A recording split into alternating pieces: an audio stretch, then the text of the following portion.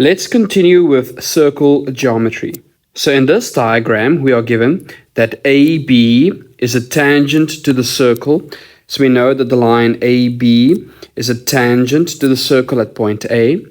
And we are also given that the line AB is parallel to FD. So AB is parallel to FD, and it is indicated as parallel with the arrows. Next, we are given information that says the angle of A2 is equal to X, and the angle of F2 is equal to Y.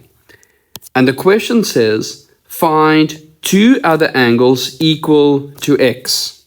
So if I start with the tangent, I see that the tangent is connected to the chord AC. And from the tan chord theorem, we know that the angle formed between the tangent and the chord is equal to the angle formed at the circumference. So that means that A2 would be equal to F1, meaning that the angle F1 would be equal to X, and the reason would be tan chord theorem. For our second angle of X, we can see that the given angle of X is connected to a parallel line. So the parallel lines of AB and FD. And if I connect them with the transversal, I can see that the angle A2 is equal to the angle of D.